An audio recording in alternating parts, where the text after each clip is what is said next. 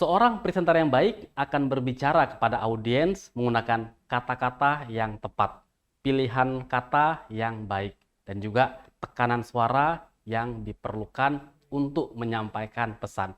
Bagaimana caranya menampilkan hal tersebut secara powerful? Yuk kita temukan jawabannya di video berikut ini.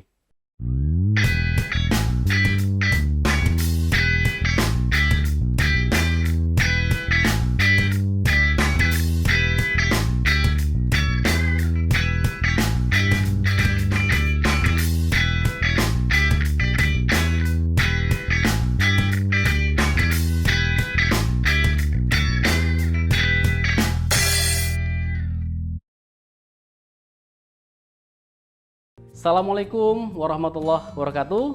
Terima kasih buat teman-teman semua yang terus setia di channel Presenta Edu, channel pendidikan buat kita semuanya.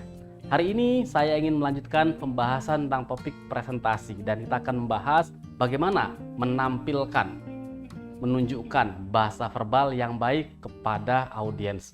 Ada 3 hal dalam bahasa verbal ini yang nanti perlu kita pelajari, kita kuasai, mulai dari bagaimana caranya menyampaikan sesuatu dengan jernih, dengan jelas, seperti apa kita menggunakan tempo dan jeda, serta bagaimana caranya agar kita bisa mengurangi sampai menghilangkan bergumam.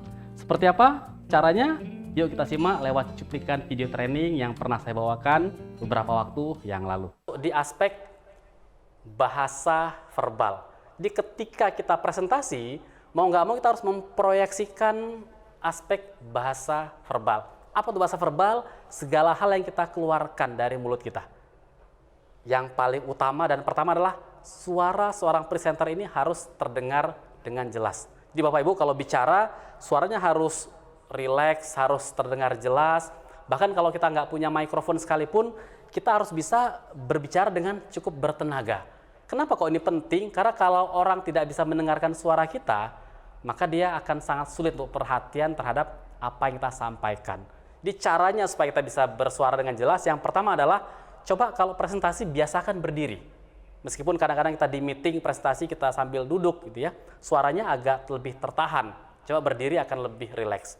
Kemudian yang kedua, ingat kalau kita berpresentasi, suara tuh harus diproyeksikan lebih kuat, lebih besar dibandingkan kalau kita bicara sehari-hari, kita ngobrol sama teman. Jadi kita harus dalam konteks bicara untuk didengarkan oleh orang banyak. Biasakan seperti itu. Dan kalau ada mikrofon, pakailah mikrofon. Seringkali ada orang yang terlalu pede nih, oh suara saya jelas kok, kedengeran, saya nggak usah perlu pakai mikrofon ya. Akibatnya suara kita jadi nggak jelas. Jadi pakailah mikrofon yang ada. Kalau sampai nggak ada mikrofon, maka kita harus memproyeksikan suara ini dengan cukup baik ke orang lain. Jadi pastikan suara jelas. Suara jelas dengan cara kita berdiri, dengan cara kita rileks, dan satu lagi, jangan bicara terburu-buru. Karena semakin kita terburu-buru bicara, suara makin nggak jelas, menjadi orang nggak gampang nangkep apa yang kita sampaikan. Bicara yang tenang aja, kita akan dapat ritme yang tepat nanti, dengan gaya dan kebiasaan Bapak Ibu masing-masing.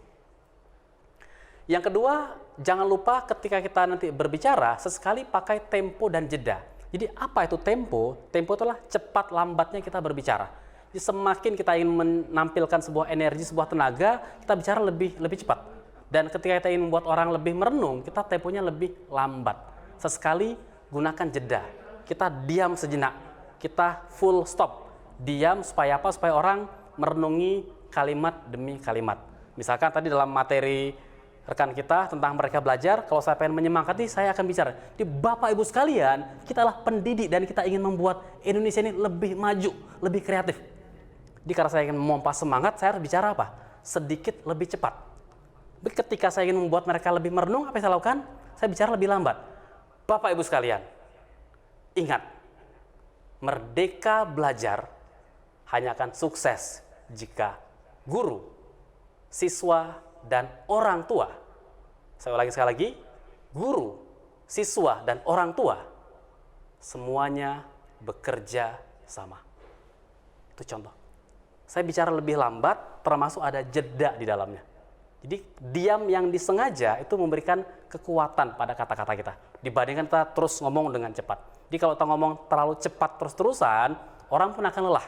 Dan sebaliknya kalau kita ngomong lambat terus-terusan, orang pun akan ngantuk, loyo. variasikan kedua ini dengan cara yang tepat sesuai dengan tujuan kita ketika ingin menyemangati atau ingin membuat orang lebih fokus perhatian pada kita. Dan terakhir untuk aspek bahasa verbal, ini sering orang lakukan, jangan bergumam. Banyak presenter kalau bicara tuh, baik Bapak Ibu sekalian, nah ini banyak sekali gumamannya. Memang tidak mudah untuk mengurangi atau menghilangkan gumaman ini, maka saran saya buat Bapak Ibu, kalau Anda berani ya, sesekali ketika Anda tampil, rekam penampilan Anda. Minta teman Anda untuk ngerekam pakai handphone atau pakai kamera kalau Anda punya kamera, coba hitung berapa kali kita bergumam, ngomong ini sangat mengganggu sekali. Pelan-pelan coba targetkan untuk mengurangi gumaman sampai akhirnya bisa kurang, sampai nanti akan full kita bisa clear, nggak bergumam lagi. Dulu saya pun orang yang bergumam. Kenapa kita bergumam? Karena satu, ketika bicara kita mikir, habis ini saya mau ngomong apa lagi ya? Gara-gara kita mikir, kita memberikan jeda mikir itu dengan itu karena mikir. Nah, supaya kita lebih bisa menghindari bergumam tadi itu, maka tentu kurangi mikir waktu bicara.